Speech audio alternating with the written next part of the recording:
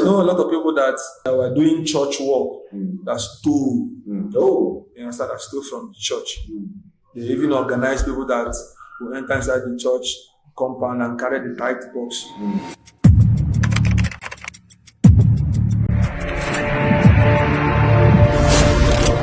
The story I want to capture this moment. It's one of the reasons why a lot of people has left church. All right. So, and the reason we are sharing this story is because we want to pass a message, especially to the church community and also to people around. Especially when you hear the story, you discover that the person we are talking about is somebody that is a very popular person on social media. His name is Mention Comedy. He's a comedian and he's a very popular one at that. So you can go on social media and check, type Mention Comedy on social media. And he's a pastor's son, and he grew up in, we call it parsonage, parsonage, where they live in church, and with a lot of experiences and a lot of, stories to tell. So today, I have with me Mr. Mention Pereira. So I want us to go straight to this thing. So Mention, I get to discover that there was a time you stopped going to church. Yeah, so, it's a long story. Yeah. It's a long story, and then years of experience of what happened. Before I had to recall back to myself and say, no be people, no be God offend me, that people, understand? Yeah. So after I left the church compound, after school, started working, started getting my own money. Now I got a place for my own myself, so I had to leave to stay on my own. So then I now have that personal freedom to decide on what to do and what not to do. Because while I was staying in the church, I was staying with my parents. And you must go to church. You must go to church, you understand? You cannot stay, and one of the rules of the church, you cannot stay in the church compound and then you go into another church. You must, whether you like, not just the church. Then morning prayer, we wake up around 5. So 5:30 is morning prayer. Finish by 6 o'clock. Whether you like it or not, we must be there. Then the church is that kind of a church. They don't do the normal regular prayer. They basically do what they call meditation. Okay. Do meditation. So you can come and sit for almost 30 minutes. Nobody will say anything. The only thing now is what they do, repeat after me. They can repeat a word, then you repeat a word and you keep repeating it maybe 7 times, 12 times, 21 times. That's the prayer. Not like the one you stand up and kapash. So at times as a young boy, at times during the meditation, I sleep off.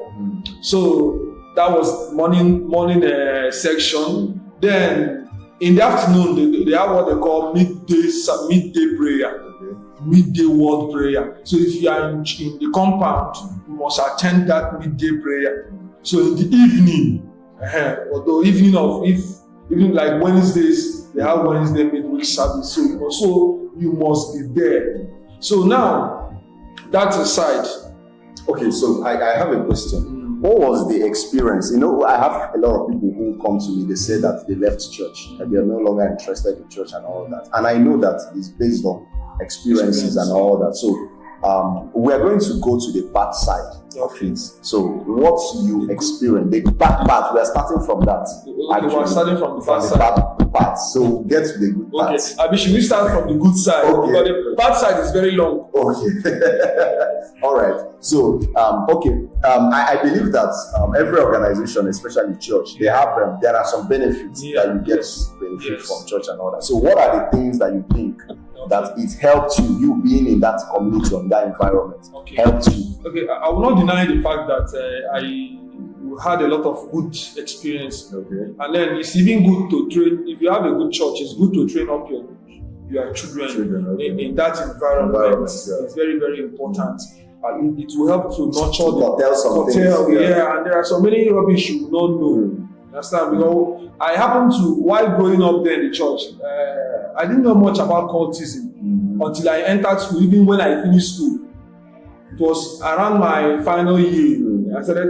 So I was kind of ignorant of. Because the friends you have around you Yes, as church people, and once I'm done from school, I'm coming back home to do the church activities. So it helped to guide me. There are so many places I did not enter, which is good, which is good. And then also it helped me to the church background I grew up helped me to build my background, spiritual background, and then character-wise, and then so many other good things, and then my prayer life actually it helped. So, and then whether you like it or not, for the fact that you are in that environment, it will rub off on you.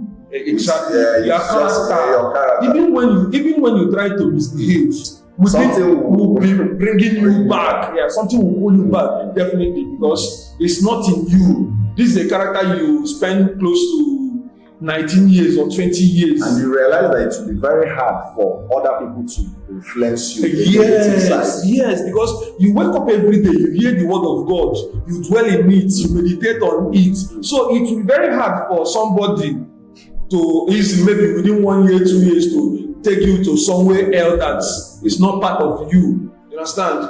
I don't take alcohol, not because I don't like I tried, but at the point I noticed that this is not my thing, because I've been there for years without taking alcohol. So even if I have like 10 friends that take alcohol, you cannot make me take alcohol. And if you are not even careful following me, at the point you even stop taking alcohol. So that's one of the things, one of the good side of staying in the church compound, growing up in a church compound. So according to the Bible, say train up a child in the way he should go. He say when he's old, when he will not depart. So that's your own story. Yes. So these are the benefits of people being not just living in a church, people being a part of a church exactly, and all that. Okay, so now is there any other impact that you feel like maybe from the good parts that I think from the good parts, staying around church environment or church community, you understand church better. Let me not say religion. In fact, religion, you understand church, and you know the difference between religion and church. Exactly. So you know this one is good, this one is bad. No, these people are not getting it right. This is not why we are in Christ. This is not what we do in church. You understand? It's not actually staying in all churches. You have there are some churches that you stay because of what they do. You will not know that this. Exactly. You don't know the difference between. It's not because of the one that you were in. Exactly. So that's the thing. The particular one I stayed in helped me to be able to distinguish between this is this, this is that, and so if you invite me to, or if I attend some churches that maybe somebody is there doing one or two things that I'll be like, I might stay there, but you know what is going on. I know what is going on. I know what is going on. That's the thing. That's the good side of it. Okay. Now coming to, I've heard a lot of people talk about different experiences they have had. I'm a pastor, and people come to me all the time to talk about their bad experiences with church. And the reason I want us to talk about this is that I want pastors to do better. I want the body of Christ to actually know that a lot of people hate God today because of the experiences they have around church. Exactly. And if I may say something, I think pastors need to be educated. Okay. Number one, because it's experience I had in that church compound. I noticed because then they do bring pastors. You stay 4 years, they will take you out, bring another one. So I noticed that the educated ones, educated, and then the pastors that have something doing. They seems to do better than the non-educated ones. Okay. The non-educated ones, and then those that they're wholly dependent on the church. You understand? When it comes to church finance and then getting money from church, that's when they start doing church politics. I'm telling you, their life is in that church. At times, after church service, they will not bring list of things they did during the week, but the one they do not do, and they want everything to just get money from church that will sustain them to next Sunday. But if the pastor is educated and probably beside church is also doing something else, those ones are kind of better. Okay. They are kind of better and more reasonable than all the the other. Okay, so one thing about ministries, a lot of people don't know that Jesus was with his disciples for 3.5 years, and what he was doing is that he was discipling them. Yeah. So when they came out, Peter, that was educated, the Bible said these people look like they have been with Jesus. So ministry is about discipleship, being educated in the word of God. So if you are not educated, you cannot do ministry properly. All right. So now, apart from, as a child and all that, you see, one of the things I've noticed about church is that people are hypocrites. We have a lot of people who are hypocrites in church. People are not walking in love between each other. They're always looking for what is in it for them. They're always looking for how to, get over the other 80% of church, 80% of church people you see in church, they are that. Really good. So, what is your experience in regards to this, as somebody who is a pastor's child and somebody who lives in the church? My experience, if I'm going to be blunt, I would say if you want to meet real wicked people, they are in church. If you want to see wicked people, go to church. You get? Because I have spent time in church and also spent time in the world. I've noticed that there are people I call natural good people. They are not going to church. They don't go to church. They know what is good and what is ahead. Naturally, they are good. They cannot even be bad. It's not in them. But you see those people that always run to church to cover their wickedness. Now they will commit something. They will run into church and ask God for forgiveness. But those natural good people, they don't even if I will say, they don't even need God because they know that their hands are straight and clean. They did not offend anybody. They are just okay. Some of them, once in a while, they will go to church. But if you see those people in church morning, evening, and night, they are okay. There are some things that you are not saying, and so I would like you to go into those things. So, there are some experiences that I believe that you have as you normally sweep church. Church we're now coming to the experience. Why? Because when I left the church compound for 4 years, I did not go to church. You understand? So the experience, those experiences that made me to, because that 4 years was 4 years of contemplating. Why should I be in this place? Should I go back? What? Can I just stay on my own without? Do I need God? Do I need God? Do I need church? Do I need Christ? Do you get? So what benefits does they to me? Can I be blessed without going to church? You understand? So now, before I go to that place, my dad tried as much as possible to tell us that whether you go to church, my dad is a pastor, but it's one kind of pastor that if there's something like mixed pastor, understand? My dad is that kind of person that will tell you, you don't need to go to church to be blessed. You can stay on your own. That the blessings of God is not church tied, not tied to any church. No. And we even have majority of the people who are poor are Christians. Yes, they are Christians. So you don't need God. We don't need God. My dad will always tell us, work hard. If your blessing will come from you doing something, you must work hard. Life works on principle, not because miracle. Not miracle. Principle is sustainable. Miracle is not sustainable. Exactly. My dad will tell me, if going to church attract blessing, which means God can decide one day to off this air for non-church goers, all of them will just go like that. So now, back to why I left the church. We staying in the church compound. My dad, we were very, very broke. Now I noticed that one thing about our church, I don't know about other countries in Nigeria, they respect you according to what you have.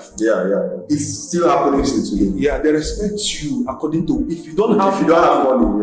You are not the Nigerian church, African church, especially. Exactly. If you don't have money, you are in trouble. If you are not somebody who is influential, they will take advantage of you. You will receive insults. That is our number one experience in the church. Understand? For years, being in the church compound, I'll work on Saturday. We'll clean. We'll have that Saturday clean up. Then on Sunday morning, we also open the church. At the point, because our church is not that a big church. At the point, I opened the whole church, sweep the whole hall, the church hall, single-handedly. I did a lot. I set instruments. Then I used to play drums. Before we got drums, we play those local instruments. I played all of them. We're highly devoted. Maybe probably because we're in the church compound. We had no option. Yeah, so we're highly devoted in church. So we noticed that at the end of year, when they are doing end of the year Thanksgiving service appreciation, the only people that they will have in their list, those they want to appreciate, are those people that always bring money, give money. They are doing launching. Those are all, and funny enough, them small money, maybe 50,000, 30,000 naira. Those are the big people. They will recognize. But we that always come out every sweeping the church, cleaning the church, setting the instruments. After church service, my family go. After church service, we will pack everything in. No. And at times on Sunday morning, you wake up in the morning to do all those clean up and then clean up the church, certain things. After you set up the whole thing, you will go back now to take your battle, and then some church member will start coming. They will think that you came to church late. Without knowing that you were the person that came to prepare all those things. So anytime they are doing church meeting, they will talk about people that stay in the church that doesn't come to church. They will even mention your name. They will mention your name. They will call you out. And then there are some preaching. Then they will conduct meeting in our church, like people, those that stay in the church compound don't wear trousers. Those that will carry that meeting for their head outside the church compound, they wear trousers. They wear trousers outside the church compound. And then you see so many hatreds. Because number one, these people don't have money. You don't have money, you are staying in the church compound. Because and they believe that they are your landlord, so they have every right to treat you anyhow. You take any rubbish, anything you take anything, and you must endure it. So those experiences made me to, and these people are meant to be representing God. So imagine leaving church and then going to people who are not born again. Now seeing that these people are more lovely, they are more accommodating. They treat you far better. Funny enough, earthly people treat you. Yes, it's my own experience. Treat you better than. I enjoy the friends that I have. Normal people than those in the church.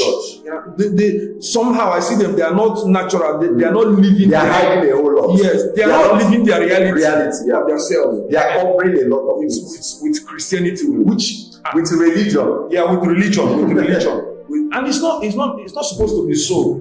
It's not supposed to be so. So at the point, I decided to go within myself, and then decide on what to do. Am I going to continue with church, or should I just stop entirely? So at the point, I noticed that I was born inside this place. I can't. There's no other place I can. This is your community. This is your family. Yes. And the people is people that did whatever they did to you. Yes. It's not God.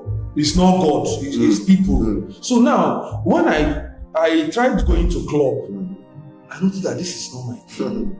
I tried going to club. Then every Friday I'll go to club. They'll play music. It's not my thing. I tried other places, but I noticed that each time I come to that church service, they play music, put their hair, those word of God, I feel relaxed. So the point that I noticed, that was when I left the church after 4 years. So I noticed, okay, now I realize that not be God offend me, that people were inside church. So it's better that I come to this place where I feel relaxed, and then I feel the presence of God. I enjoy it. I've been enjoying it. So that was how I started. Now you have more awareness. Yes. Because of the experience that you have had. So you know what to take and what not to take. So that was when I started coming back to church, and I decided that my own church going now, just every Sunday, I'll go to the church. I'll go in the morning, 2-3 hours, listen to those music. I love gospel music so much. Then listening to music. and then I'll listen to the preaching. I'll give my offering And come back. and go. If I like, I'll give my tithe. If I don't So like, that commitment that you were giving then I'm before. not giving it again. I've tried. Other people should try their own best. I discovered that faithfulness is not the same thing as faith. For Yeah. example, you can be sweeping in church and be mopping the church toilets. Still, Still, you are not faithful. you are not. Yeah. If you are not giving substance, you are not faithful. It's possible. Yeah. Because I know a lot of people that were doing church work that stole. Oh. You understand? That stole from the church. They even organize people that will enter inside the church compound and carry the tithe box. Because then our church, we used to have what we call tithe box. So you can come within the week or any time and put your tithes or maybe any offering there and then ask God for something and pray. So those that work in the church, serve, do those church activities, most of them, they steal from church. They steal from church. And one of the major reasons we had problem then, my dad is that kind of a person that, like, he's an upright man. You understand? So when he noticed all those small stealing, you do accounts for the church, he will ask you what of this, and you couldn't give correct account of the whole thing. My dad will start quarreling with them. And then that was one of the reasons they hated him. And then that hatred transferred to the children. So I was growing up, somebody that you don't do anything to the person, nothing, automatically you notice that this person doesn't like you. Inside of you, you be asking yourself, how did I offend you? You greet somebody inside the church, you greet somebody, good morning, inside the person will just remain silent, the person will not talk to you. So why? And all these things are going on inside the church compound. And then we're hiding it with religion. Yes, now they will smile. During the church service, they will smile and shake, but inside their mind. Yeah. Now, when we see people in the world, we think that we are better than them. Somehow we are not better than them. Because if you offend somebody in the world, the person will come directly and tell you, see what you do. See what, I don't like this thing now. The worldly people, they will say sorry, and they will continue. But inside the church, people carry grudges inside their mind for years. And they are praying to God. They pray to God. They laugh together. They will sing all those. Speak at your back. Yes, now, may you really be blessed. After service, they will shake and hug and hand. But within them, they are carrying grudges. What do you have to tell somebody who was in your situation, or who is in your situation, or somebody who left church because of his experience in church, and maybe the person is no longer in church today? So what do you have to tell them? I think my key word is know God for yourself. Okay. Once you know God for yourself, you will see beyond what is going on in the church. You understand? At times I blame people. They will go to church. They will say, this person is wearing short skirts. This person, those are showing. That's not why you are here. That's not why you are there.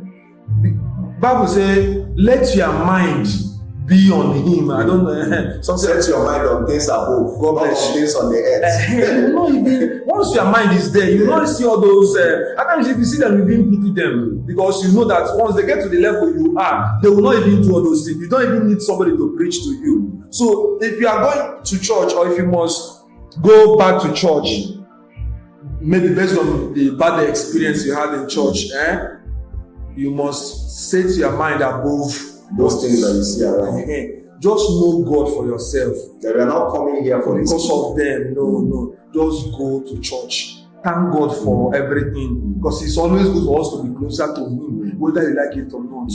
Be closer to God.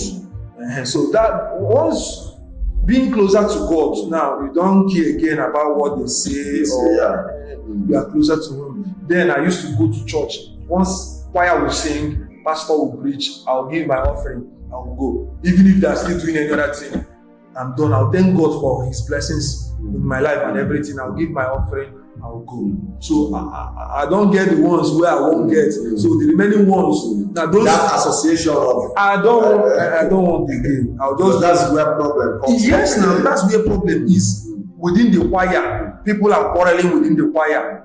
choir is divided into 3. This person doesn't like this person. They have small group that's they'll talk about this person. He doesn't know how to sing. Why must he be the person that always sing every Sunday? It's problem in church.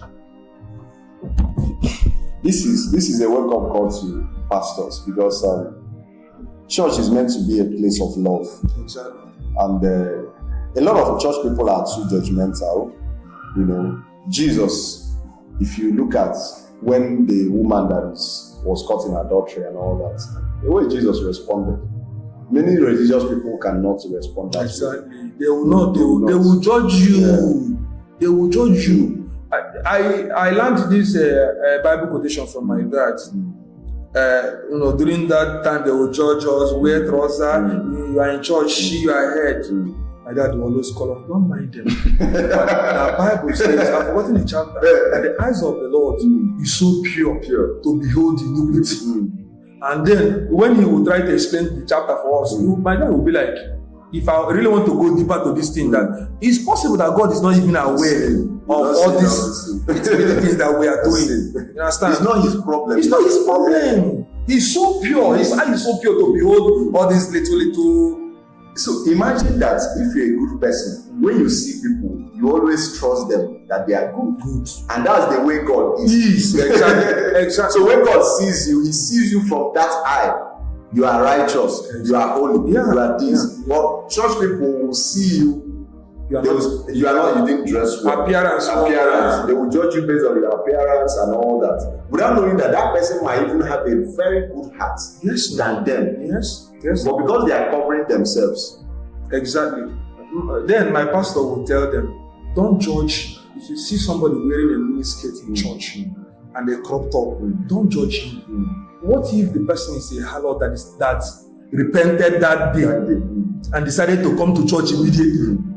Now you will start judging him immediately. You will judge him back to the world again. Because to him, I'm not accepted yet. But once you see somebody like that, show him love. Bring the person in. Show him or her. Bring the person in. Then put the person through those process of I don't know what you people call it, discipleship. Growth. They say as newborn baby, say desire the sincere milk of the word that you may grow thereby. That means Christianity is a growth something. So you don't expect a little child to be behaving like an elder. So it's not good. Major problem they have in church is that being judgmental.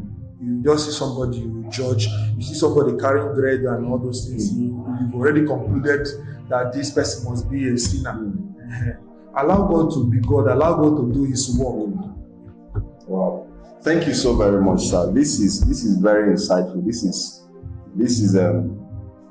is so emotional, And if you've been out of church because of, we'll call it church hurt, because of experiences that you've experienced in church and all that, you are not going to church because of God. You are not going to church because of pastors or church people. You are going to church because of your relationship with God. So don't allow the experience that you have with people to limit you or to take you out of your relationship with God. All right, thank you very much.